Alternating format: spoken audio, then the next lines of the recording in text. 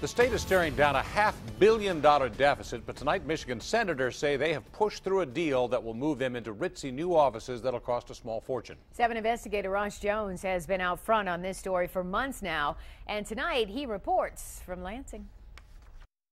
For more than 30 years, the building behind me has been home to Michigan's state senators. It would cost about $25 million to fix it up, but instead of doing that, the Senate wants to pay more than twice that to buy this fancy new building. If that doesn't make any sense to you, you've got a lot of company. Double the cost, it brings up a few questions. Senator Burt Johnson is part of a growing list of Michigan lawmakers becoming skeptical about a deal we first told you about last summer. It involves moving offices for the Michigan Senate from the Farnham building here into a nicer, newer, and more expensive building called Capitol View. It is owned by developer Ron Bogie, who's been pushing for this deal for more than a year. Even before the Senate asked for bids on the project, talk inside the Capitol was that Bogie was destined to get the job. So the people who say to me, and I'm talking about several, that everybody knows this is going to go to Ron Bogie, there's no point in even going after it. They're just dead wrong? No, they could be right. They could be right in the final result. Well, they were. Bogie's bid was ultimately deemed the best and cheapest by a committee of state officials. Coming in at a cost of $51 million, the state says it could pay as much as $70 million to get the building ready in case refurbishing costs are more than they're expecting. But should senators be looking for a new building in the first place? According to their own figures, fixing up their current building would cost just a fraction of the price of a new one, only $25 million.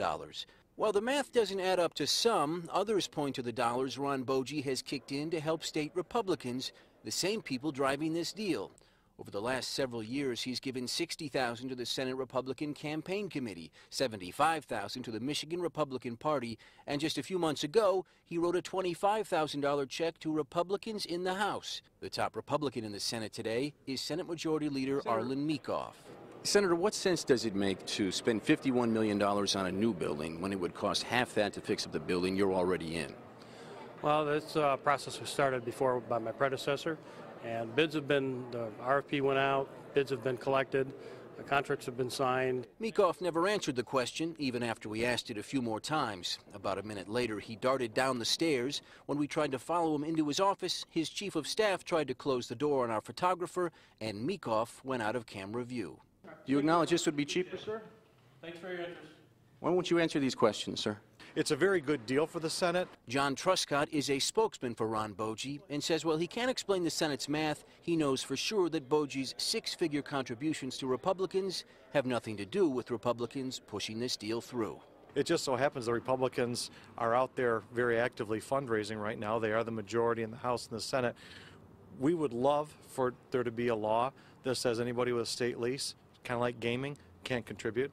But in order to do business and things like that, these developers, business people in Michigan get hit all the time. So tonight, is this a done deal? Well, it depends on who you ask. A spokeswoman for the Michigan Senate says it is, but the Michigan Strategic Fund, who needs to float the bonds to pay for the new building, says nothing has happened on that front.